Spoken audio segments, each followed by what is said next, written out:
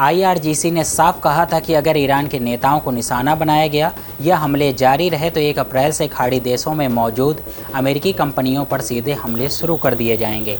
इसी को अंजाम देते हुए ईरान ने अमेरिका की बड़ी टेक कंपनी अमेजॉन को निशाना बनाते हुए बहरीन में उसके क्लाउड डेटा सेंटर पर हमला कर दिया। रिपोर्ट्स के मुताबिक इस हमले के बाद डेटा सेंटर में आग लग गई, जिसे बहरीन की सिविल डिफेंस टीम ने काफ़ी मशक्क़त के बाद काबू में किया।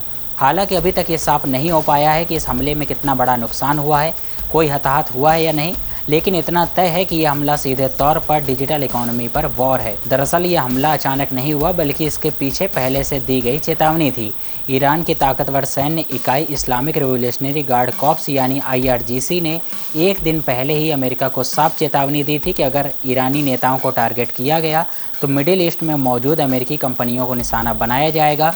इसी लिस्ट में सिर्फ अमेजॉन ही नहीं बल्कि माइक्रोसॉफ्ट, गूगल और एप्पल जैसी दिग्गज कंपनियों के नाम भी शामिल थे। यानी साफ संकेत था कि ये जंग अब डिजिटल वॉरफेयर के स्तर तक पहुंच चुकी है, जहां डेटा सेंटर और क्लाउड सर्वर भी सुरक्षित नहीं है।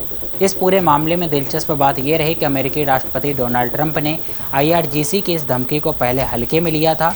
व्हाइट हाउस में पत्रकारों से बात करते हुए उन्होंने मजाक उड़ाते हुए कहा था कि ईरान के पास अब हमला करने के लिए कुछ बचा ही नहीं है। लेकिन बहरीन में अमेजॉन के डेटा सेंटर पर हुआ यह हमला ट्रंप के उस बयान के उल्टे तरीके से देखने का अंजाम लगता है और ये दिखाता है कि ईरान अभी भी जवाबी कार्रवाई करने की क्षमता रखता है। ये घटना इसलिए भी बेहद अहम है क्योंकि आज की दुनिया में क्लाउड डेटा सेंटर सिर्फ कंपनियों के सर्वर नहीं होते, बल्कि पूरी डिजिटल इकोनॉमी की रीढ़ होते हैं। Banking, online payment, social media, AI system, सब कुछ इन्हीं सर्वर पर निर्भर करता है। ऐसे में अगर इस तरह के हमले बढ़ते हैं तो इसका असर सिर्फ अमेरिका या मिडिल ईस्ट तक सीमित नहीं रहेगा, बल्कि पूरी दुनिया की इंटरनेट सेवाएं, डेटा सिक्योरिटी और बिजनेस ऑपरेशंस प्रभावित हो सकते हैं।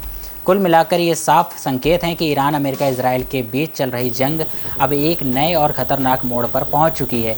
ये सिर्फ ज़मीन या आसमान की लड़ाई नहीं, बल्कि अब साइबर और टेक्नोलॉजी के जरिए भी एक दूसरे को कमज़ोर करने की कोशिशें तेज़ हो गई हैं। अगर आने वाले दिनों में ऐसी घटनाएं बढ़ती हैं तो ये ग्लोबल डिजिटल सिस्टम के लिए एक बड़ा खतरा बन सकता है। इस खबर के साथ मैं धीरेन्द्र सिंह और आप देख रहे हैं न्यूज़ टाइम नेशन। अगर ये वीडियो आप यूट्यूब पर देख रहे हैं तो चैनल को सब्सक्राइब कीजिएगा, और अगर ये वीडियो आप इंस्टाग्राम या फेसबुक पर देख रहे हैं तो हमारे पेजेस को फॉलो ज़रूर कीजिए।